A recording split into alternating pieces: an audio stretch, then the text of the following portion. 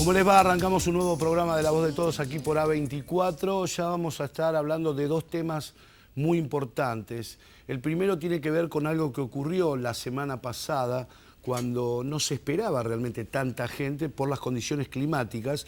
Si tenemos en cuenta que una semana anterior no hubo la convocatoria que se esperaba con relación al tema de las muertes que hay en la Argentina. Pero lo que han demostrado las mujeres fue impactante y la verdad fue maravilloso.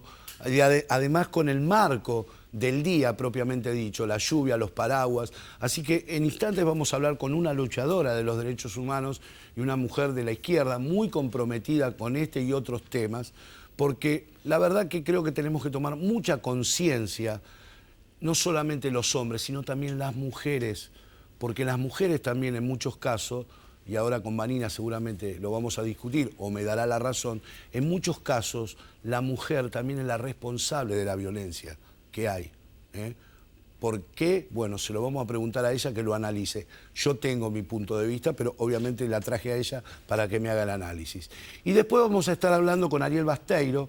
Ustedes saben que Ariel Basteiro es un hombre que proviene del socialismo, ocupó el cargo de embajador en Bolivia por el gobierno de Cristina Fernández de Kirchner, y lo he llamado para hablar de el análisis que me puede hacer él desde la visión que tuvo desde Bolivia de lo que está pasando en Latinoamérica.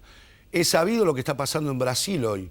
Hoy el actual presidente se empezó a ver envuelto en cosas bastante turbias porque aparentemente aquel que impulsó la destitución de Dilma parece ser que no estuviese demasiado limpio, y esto está generando en Brasil muchos conflictos y muchos problemas que obviamente de rebote siempre se ligan y se pagan en la Argentina, no tengan dudas. Así que para hablar de eso, de ese contexto fundamentalmente de Sudamérica y lo que puede pasar en los Estados Unidos, vamos a hablar con Basteiro y también vamos a hablar un poco de lo que está pasando aquí, lo que está pasando en la Argentina. ¿Cómo estás, Vanina? ¿Cómo te va? Bien, muy bien. Bueno, ¿qué te dejó lo de la semana pasada? Bueno, en primer lugar, una jornada impactante, ¿no? Fue una cosa, obviamente, con todo el marco del diluvio de ese día, fue una cosa impresionante, una movilización que no solamente en la ciudad de Buenos Aires, sino en todo el país, fue muy, muy masiva. Estamos hablando de más de 10.000 personas en la provincia de Tucumán, por ejemplo. Realmente hubo una reacción popular muy fuerte que detonó este nuevo femicidio de la chiquita Lucía en Mar del Plata, pero que viene alimentado por todo un contexto, ¿no? de una situación de violencia y asesinatos en ascenso dentro del país. Y creo que el dato fundamental es, primero, haber recurrido a un paro nacional de las mujeres, ¿no? Como un nuevo método, luego de dos grandes movilizaciones nacionales que se dieron en el 2015 y el 2016, a las cuales el Estado no les dio ningún tipo de respuesta. Y creo que esto también explica el hecho de que explotó esta jornada frente a este nuevo femicidio. El dato del paro nacional es un dato muy, muy importante y muy lindo también, porque llevamos la discusión al conjunto de los lugares de trabajo, de estudio, y eso permitió también poder tratar la temática en donde tenemos que llevarla adelante para poder organizarnos más y mejor. Y luego la movilización que, como te decía antes, 500.000 de personas el 3 de junio del 2015, otro tanto en el 2016. Venimos de hace poco tiempo de protagonizar una movilización muy importante por la libertad de Belén, esta chica tucumana que había sido detenida hace más de 2 años. Y todo este contexto alimentó la movilización y la determinación de las mujeres de salir a la calle nuevamente, ¿no? Ahora vos fíjate qué detalle no menor, ¿no? Que hubo réplicas en distintas partes del mundo, en ciudades importantes del mundo, adhiriendo y acompañando a las mujeres de Argentina. Y de eso nos enteramos lamentablemente después. Es el factor más dinámico de la política internacional en este momento, el ascenso del movimiento de mujeres en el mundo. Ahí vas a hablar con posterioridad con el ex embajador de Bolivia, y creo que este es un dato político internacional que debe ser registrado, no solamente en la Argentina. Hubieron movilizaciones en todo el mundo, en España, en Alemania, en Hungría, en Uruguay, en Chile, en México. Realmente fue una jornada internacional impactante, porque todos esos países están viviendo también a su manera esta proliferación de violencia que bueno, que estamos intentando que se comprenda, digamos, cuál es la raíz y el alcance que tiene, ¿no? El caso de Lucía es muy paradigmático. Es muy paradigmático. En eso. Ahora, pero vos fíjate qué loco, ¿no? Lo que ocurría. Yo miraba, observaba y escuchaba algunas notas que se hacían por los distintos canales en el momento de la marcha y del paro, mujeres que decían, yo estoy acá y me están llamando por teléfono mi pareja amenazándome. O sea, qué loco lo que estaba pasando, ¿no? Vivimos en una sociedad donde el vínculo violento o el vínculo de sometimiento es moneda corriente. Es la norma, no la excepción.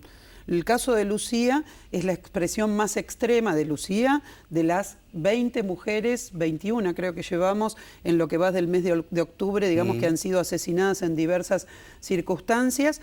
Y esto, en todo caso, es como la versión más extrema de una violencia cotidiana que se desata de manera permanente. En los lugares de trabajo marcábamos que tenemos que unir a la familia de trabajadores en la lucha, en la comprensión de que somos iguales, que somos compañeros y que tenemos que avanzar en ese terreno y no en este modelo de sometimiento que es el que impera y que en definitiva lleva a este tipo de situaciones. Ahora, ¿no? Yo cuando comenzaba la charla con vos decía que muchas veces la mujer, desde mi óptica, es un poco como corresponsable de la violencia. Te pido que me analices lo que yo te voy a plantear. Dale. Quizás lo haga desde mi ignorancia sobre el tema. ¿Por qué te digo esto? Muchas veces uno sabe, y a mí me ha pasado en forma personal, de que un hombre ejerce violencia sobre una mujer. Pasa un día por la puerta de la casa, escucha los gritos. Pasa el otro día, escucha los gritos. Al tercer día, se mete. Al cuarto día los ves que están besándose en la plaza y vos quedaste como descolocado, como el culpable de lo que estaba pasando. Y a veces uno no lo alcanza a comprender, como también lo que pasa durante mucho tiempo con muchas mujeres, que quizás por la presión psicológica, porque el que es violento y el que es golpeador tiene una manera psicológica de dominar al otro, pero uno a veces ve que pasan muchos años para que la mujer reaccione y haga la denuncia, después de mucho padecimiento. Eso es lo que no alcanzo a comprender, insisto, quizás desde mi ignorancia. Mira, la violencia o lo que llamamos el machismo en la sociedad es un aspecto de una forma de vincularse que estamos poniendo en cuestionamiento y que estamos retratando con estos ejemplos, etc. Hay otros que a veces no se visibilizan demasiado. Por ejemplo, que dentro de la clase trabajadora se piense que el trabajador que viene del extranjero es el que le roba el trabajo, es una forma muy común de pensar, y sin embargo, si uno se pone a analizar en profundidad, comprende que ese armado es un armado de características diferentes a que una persona venga a querer robarte un trabajo. ¿Por qué hago estas comparaciones? Porque acá ocurre lo siguiente. En primer lugar, ¿existe una cultura machista? ¿Existe una cultura xenófaga? ¿Existe una cultura racista? Estamos viendo cómo en Estados Unidos se están desarrollando diferentes eventos terribles, producto de que la policía no para de matar a hombres negros, etcétera, en diferentes ciudades de ese país. Existe el racismo, existe el machismo, existen diferentes formas de sometimiento y que la gente identifica como culturales, ¿sí? Perfectamente, obviamente estamos inmersos en esta cultura, pero ¿quién es capaz de crear cultura y quién se somete a esas reglas del juego? Este es un punto de partida sobre el que por lo menos nosotras queremos tratar de hacer un análisis importante. Esta movilización de la semana pasada y las movilizaciones que vengo retratando tomaron como consigna algo que a veces se tapa un poco, que es el Estado es responsable. Capaz que cuesta un poco a veces poder explicar adecuadamente esta consigna, pero quisimos mostrar que acá hay una responsabilidad que tiene que ver cuando un Estado, por ejemplo, ampara dentro de sí a quien luego se va a convertir en el abogado de un narcotraficante que asesinó a una nena de 16 años, como ocurre en la Municipalidad de General Pueyrredón, ¿sí? Con la Secretaría de Seguridad del Intendente Arroyo. Uno dice, empieza a tirar de la punta de un ovillo y empieza a comprender que hay una sociedad que está sometida a reglas del juego que imponen determinados sectores de poder. No es el último orejón del tarro de esta sociedad quien va a imponer esos vínculos que vos retratabas recién. Por supuesto que las mujeres viven inmersas en una situación de sometimiento y que ese sometimiento se repite y que hay que buscar asistir a las mujeres a pesar de la frustración que significa a veces que ese sometimiento se siga llevando adelante, porque esa mujer nació en un entorno de sometimiento y no sabe que se puede vivir de otra manera. Por más que uno lo verbalice, no alcanza con verbalizar todo algo que se mamó adentro de una familia a través de generaciones, etcétera, etcétera. Entonces tratamos de mostrar que en vez de distribuir por igual las responsabilidades en una sociedad, hay que tirar de la punta de ese ovillo. Y además, te voy a dar un sí, ejemplo más quiero, porque no quiero que nadie interprete que me estoy agarrando con un sector y no con otro. Por favor. El intendente del PRO tiene adentro de su Secretaría de Seguridad a Prada, que fue quien ejerció la defensa de Ofidani, un hombre de muchísimo dinero de la ciudad de Mar del Plata, ¿sí? Y uno de los asesinos de Lucía. En este momento, en la provincia de Santa Fe, se está produciendo un hecho que debiera estar en los titulares de los diarios, pero no está. 2 exministros de Justicia de la provincia son abogados defensores de narcotraficantes acusados de lavado de dinero en la provincia de Santa Fe. Uno de ellos el responsable de modificar el Código Procesal Penal de la provincia de Santa Fe. Entonces los vínculos que tiene el Estado con todo un régimen de narcotráfico y trata de personas son demasiado estrechos para estar yendo a buscar al último eslabón de esta sociedad y sus responsabilidades sobre el machismo y compañía. La trata de personas que se lleva la vida de las pibas más pobres de este país, que las somete a esclavitud sexual y laboral, ¿sí? En la Argentina solamente se acordaron de la esclavitud laboral que existe, me acuerdo una vez en medio de un proceso electoral, cuando quisieron recordar que el señor Olmedo, el exdiputado salteño, esclaviza gente en sus olivares en la provincia de La Rioja. Esto es solo un ejemplo, que empezó y terminó en medio de una campaña electoral en la que se querían sacar de encima a Olmedo.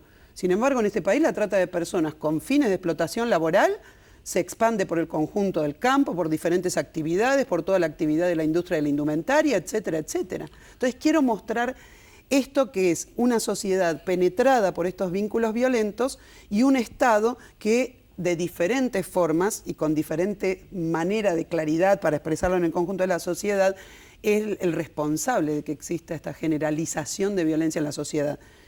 Pedimos presupuesto, no nos dieron. Pedimos respuesta asistencial a las mujeres, no nos dieron respuesta asistencial. Aprobamos en el mes de diciembre del año pasado en la ciudad de Buenos Aires una ley para crear 10 centros de asistencia a la mujer. No se ha creado ni uno todavía. No hay respuestas de parte del Estado, va a haber más movilización y más organización de las mujeres. Y te hago la última en 30, 40 segundos, así me voy a hablar Dale. con Basteiro. El no permitirle a la mujer disponer de su cuerpo para poder abortar, ¿es violencia de género? Porque te pregunto, aquí hay un factor sine qua non, que es la presión de la Iglesia Católica. Yo soy católico, lo aclaro. Tengo posición tomada sobre el tema del aborto. Pero te pregunto a vos, que vos no puedas decidir como mujer sobre tu cuerpo, ¿es violencia de género también? Has dado en el clavo, o sea, quiero decir, es una señal del Estado muy fuerte, le está diciendo a las mujeres que deben ser tuteladas, que es el Estado el que les debe decir lo que tienen que hacer sobre sus cuerpos, y después nos quejamos o nos asombramos cuando en el conjunto de la sociedad la mujer es tomada como inferior, como que no puede decidir por sí misma. Si es el Estado el que está diciendo, vos no podés resolver, yo voy a resolver por vos, o la Iglesia Católica va a resolver por vos, o cualquier otro culto, etcétera, no. La gente a practicar sus religiones adentro de sus templos, el Estado separado de los diferentes credos, etcétera, legislando de manera laica, científica, etcétera, sobre las mujeres. Esto es lo que no existe hoy. El aborto legal es un derecho de las mujeres y el derecho a decidir sobre sus cuerpos es un derecho de las mujeres que está siendo vulnerado mediante estas leyes que impone el Estado, ¿no? Marina, gracias. Que sigas bien. Muchas gracias. Por favor. Ariel, ¿cómo va? Tanto Muy tiempo. bien. ¿Cómo te va? Bien, un gustazo, ¿eh? Bueno, ¿posición tomada de lo que acabamos de hablar? Sí, obviamente el acompañamiento o la movilización que se vio la semana pasada, lo importante es que tendríamos que estar todos acompañando eso, digamos, no es un conflicto o un problema tan solo de género de las mujeres, sino de toda la sociedad y creo que nos convertimos en una sociedad más adulta, más desarrollada si todos nos comprometemos a esa lucha por la no violencia. En los últimos años hubo legislación que avanzó y permitió mejorar las condiciones. De todos modos falta muchísimo y creo que sigue existiendo el mismo problema que existía hace 10 años atrás. Ahora, Vanina hablaba de lo que pasa en el resto del mundo y fundamentalmente en Sudamérica. Acabás prácticamente de bajar de un avión fuiste muchos años representante argentino en Bolivia. ¿Cómo se ve desde allí lo que está pasando con la violencia? En Bolivia también hace muy poquito tiempo se legisló al respecto, después de mucho tiempo, una sociedad aún más machista que la nuestra, aún con códigos culturales diferentes, donde las comunidades indígenas mantienen preconceptos que vienen de mucho tiempo atrás.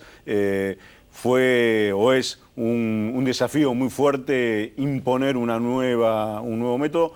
Hubo una diputada, la presidenta de la Cámara de Diputados, Gabriela Montaño, trabajó mucho para sacar una ley que ponga a Bolivia en sintonía con lo que está pasando en el resto del mundo y de los países de Latinoamérica, en cuanto a castigar el femicidio, en cuanto a trabajar en hacer comprender a los varones lo que decía Vanina recién, digamos, ¿no? El derecho a la mujer a decidir por sí misma todo, incluso el tema del aborto y el tema, obviamente, de su libertad sexual y de la manera que quiere llevar adelante su vida. Ariel, ¿cómo estás viendo lo que nos está pasando a los argentinos? Porque yo recién decía cuando comenzaba, lo de Brasil es grave, lo del actual presidente Temer se está agravando semana tras semana porque todos los días explota una bomba nueva. Ahora hay una sospecha muy fuerte de aquí que llevó adelante el proceso para destituir a Dilma, de que está más sucio que una papa, para que se entienda claro. Pero vos que venís de estar en una embajada tan importante por la relación argentina-boliviana, ¿cómo ves, cómo analizás el contexto americano y el contexto sudamericano? A ver, es cierto que en los últimos 2 años se está desarrollando lo que muchos hablan de restauración conservadora, digamos, ¿no? Después de un periodo prolongado de más de 15 años de gobiernos populares, progresistas, de izquierdas, que se fueron dando en varios países de Latinoamérica, de Sudamérica principalmente, Venezuela, Ecuador, Bolivia, Argentina, Brasil, Uruguay, Chile, con el modelo socialista chileno, pero bueno, por lo menos también con una sintonía con lo que pasaba en Latinoamérica, lo que había pasado en Paraguay con Lugo.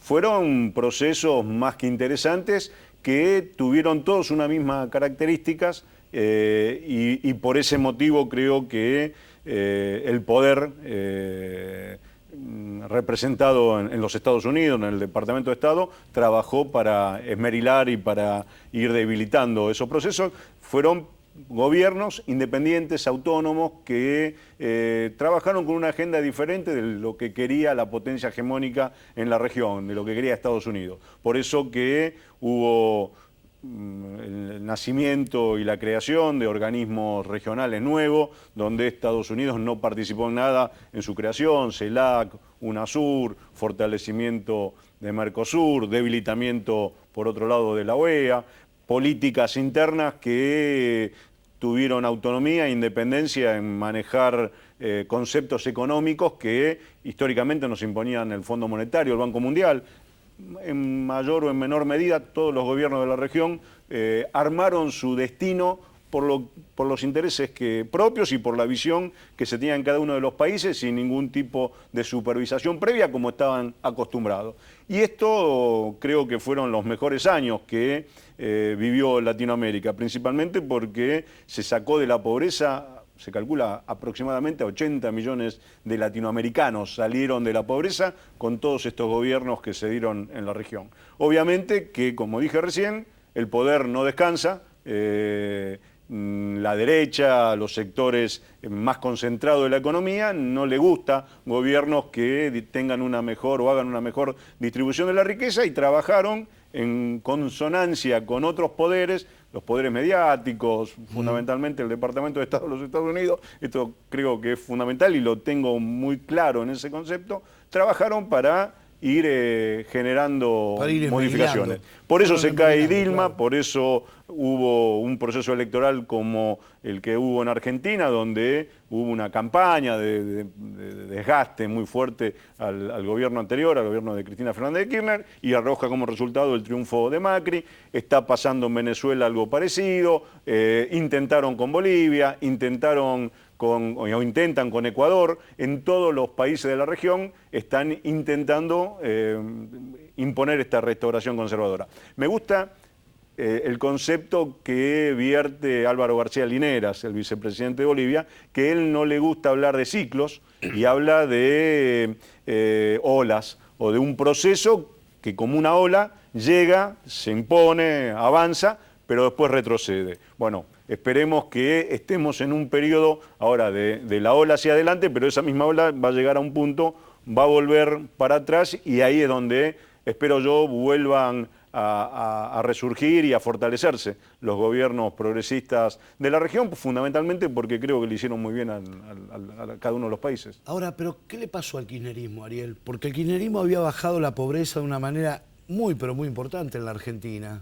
Y después es que como en el último año y medio, los últimos 2 años de Cristina, se dio vuelta todo pata para arriba, dejó casi un 30% de pobres. Macri lo incrementó, las políticas de Macri hoy están castigando mucho a la gente de abajo. ¿Pero qué le pasó al gobierno de Cristina en los yo creo que últimos 2 los años? números no son esos, los números de la pobreza aumentaron ahora y están ahora en 30%.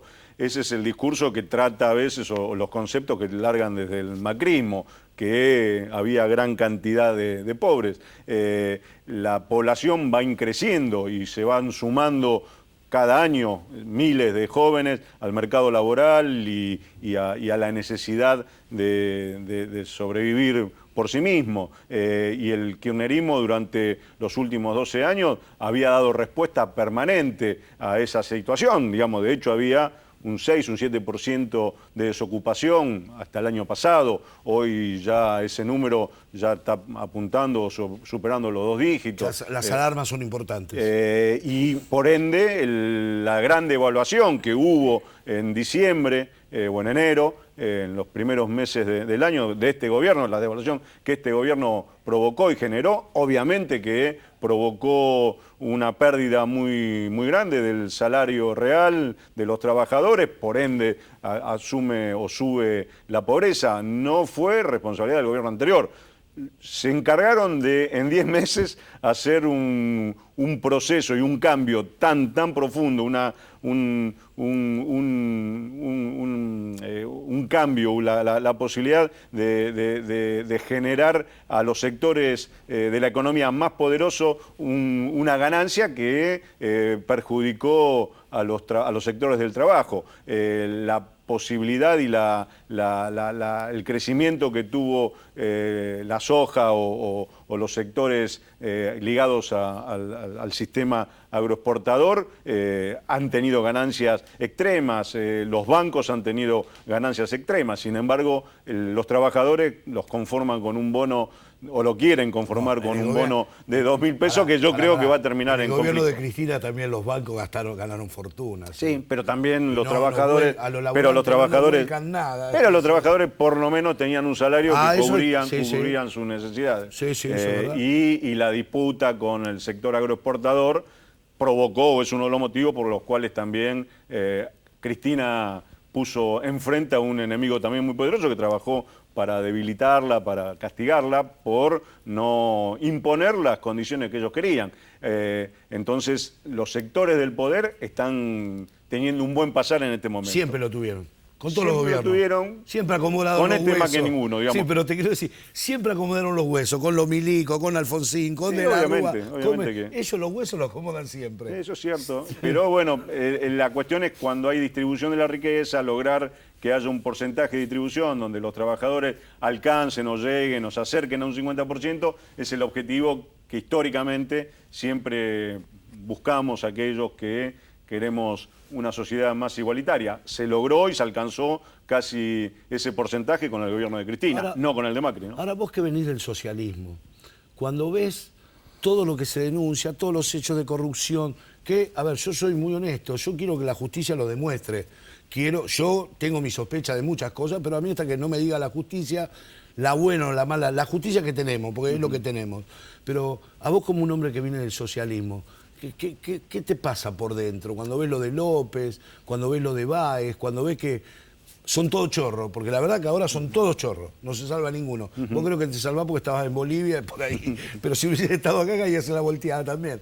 Pero, ¿qué te pasa por dentro? A ver, es cierto que, digamos, la justicia es la que debe determinar y investigar, ir a fondo. No perseguir. Y aquellos que tengan responsabilidad que paguen con la cárcel o de la manera que la justicia también resuelva. En una administración normalmente o es posible que haya algún corrupto y que haya algún funcionario que no cumple debidamente con su deber de funcionario público. Ahora, vuelvo a repetir, eso siempre sucede en este gobierno, está sucediendo, Sí, pudo haber sucedido en el gobierno de Cristina y que yo tenga memoria en todos los gobiernos de Argentina y del mundo. Es un problema que hay funcionarios corruptos y terminarán presos. En el gobierno del kirchnerismo lo pudo haber habido, como pasó en otro momento, pero son contados con los dedos de la mano. Que después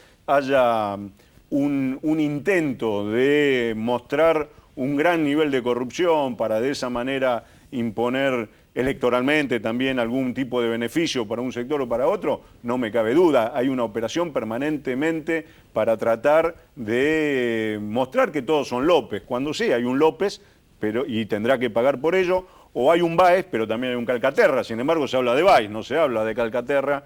Y si Báez ha tenido ganancias exorbitadas a través de la obra pública, lo debe haber hecho, pero también hay un montón de otros empresarios que están en la misma situación y sin embargo de ellos no se habla. Entonces sería interesante que si hay criterio de búsqueda y de perseguir a todo aquel que no cumple con su deber de funcionario público, se vaya hasta las últimas consecuencias con todos, y no con López. También que se investiga a Macri por los Panama Papers y por el manejo que tiene de sus empresas y a muchos de los CEOs que hoy están en el gobierno y que se le ha demostrado también manejos no claros de decisiones en el gobierno para beneficiarse particularmente él o su grupo, digamos, ¿no? Entonces, que haya justicia para todos. 30 segundos. El futuro de ustedes como organización política. Estamos trabajando dentro del Nuevo Encuentro, en mi caso dentro del Nuevo Encuentro, todo el sector del socialismo de la provincia de Buenos Aires, que entendimos que había que acompañar al gobierno de Néstor primero, de Cristina después. Mantenemos esa concepción, trabajamos dentro del Frente para la Victoria, en el caso nuestro desde Nuevo Encuentro, y supongo que este año que viene, ante un turno electoral, organizar y llevar adelante la mejor propuesta, que espero sea encabezada por Cristina Fernández de Kirchner. Yo creo que aún las encuestas le siguen mostrando que hay un gran nivel de acompañamiento en la imagen, en la figura de Cristina Fernández de Kirchner, al margen que no le guste a determinados sectores del poder, es una realidad, y eso es producto un poco de lo que estábamos hablando en este reportaje, digamos, ¿no? ¿Qué pasó en los 12 años anteriores? La gente sigue teniendo memoria y por más que de algunos medios se lo martille, se lo bombardee con malas información y con conceptos que parecen que generan o quisieran ser verdades reveladas, hay una realidad la única verdad es la realidad, como decía Perón, y eso hace que la gente después termine votando de otra manera de lo que quieren esos medios. Por eso que creo que hay que volver a recuperar mucha de los avances y de las ventajas que se tuvo en estos últimos años, y yo creo que es a través del Frente por la Victoria. Un gusto, Ariel, gracias. Gracias a vos. 7 días estamos aquí en A24. Chao.